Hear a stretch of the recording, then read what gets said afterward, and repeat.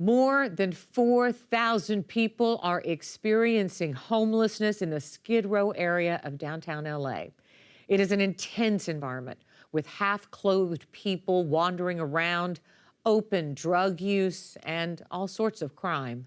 Well, now a wave of migrant families and their children are being shipped there from Texas, landing them in dangerous conditions without shelter. LA Times senior writer Doug Smith brought us the story. Doug, thanks for being here. Thank you, Lisa. Tell us about these families, where they came from, and how they got here. So we spent some time with 4 families who were living in 4 separate tents with a total of 10 children. They came from Nicaragua, Peru, Venezuela, and Honduras. They didn't know each other and they had no connection to Los Angeles, but they came through Texas, and in Texas, they went from shelter to shelter and eventually ended up with Catholic Charities. At least one of the families we know ended up with Catholic Charities in San Antonio. The Catholic Charities gave them a plane ticket to Los Angeles and instructions to take an Uber from the airport to Union Rescue Mission, which is a large religious-based homeless shelter on Skid Row. But Skid Row is notoriously dangerous. Why were they directed to go there? Just because there was a mission there? The people who sent them from Texas knew that that was a place that they would take them in, that they could stay in Los Angeles. This mission is overwhelmed.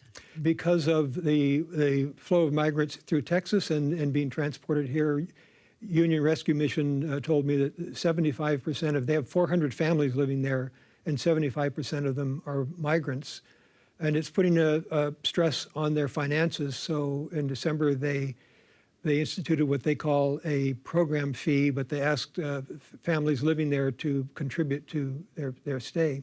After 90 days, the families who could choose to leave, they were allowed to do volunteer work, but so they just chose to leave, and they ended up on tents in Skid Row. We got to talk about the children. What do they do? Are they being educated? How are they being fed and cared for? There's an elementary school in Skid Row, and the kids go to that elementary school in the day.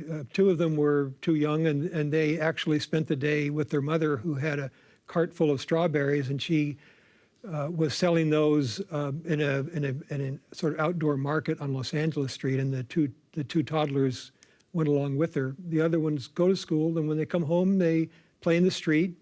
The street is their playground, and they have food because Urban Alchemy, an outreach organization, has a stand right next to where they are, and they provide food to people. Judge David O'Carter, who is involved in homeless cases pretty frequently, got involved in this one. What did he say? David Carter, a federal judge who is overseeing a landmark case where some property owners and business owners are suing the city and county. And he's gotten very involved in homeless issues in Los Angeles and spends time on Skid Row and has people on Skid Row that bring him information. He has sort of like emissaries there. And they brought this to his attention, and that's how we learned about it, actually, was that Judge Carter took a picture of these families and showed it in court during a hearing. He has been trying to get people to pay attention to this. What really broke my heart, Doug, in addition to the conditions in which these families and these children are living, is that the parents say, as bad as it is, it was worse where they came from. Yes, some of them came from Honduras, where they're indigenous groups and they're under oppression there. And some of them were in situations where they were asked to pay protection fees, essentially. Others thought their lives were in danger. They're not happy about the situation here, but their lives aren't in danger. Doug, what do the professionals who offer homeless services on Skid Row say about the situation? The Los Angeles Homeless Services Authority is certainly aware that there are people in these circumstances. They were not able to offer the families shelter where they could all live together. They have family solution centers, but they tend to be overcrowded, and they have shelters that are strictly for women and their children, and so the men would have to go to a different shelter, and the families just didn't want to do that. And what's next for these families? The day after we first saw them, 2 of the families disappeared, and we were told they went back to the Union Rescue Mission. I think partly because of the attention we cast on it, it's very likely that help will arrive for the remaining families. But you can be sure that there are others waiting and who will be filling their space when it becomes vacant. Doug Smith reported from Skid Row. Thank you so much. Thank you.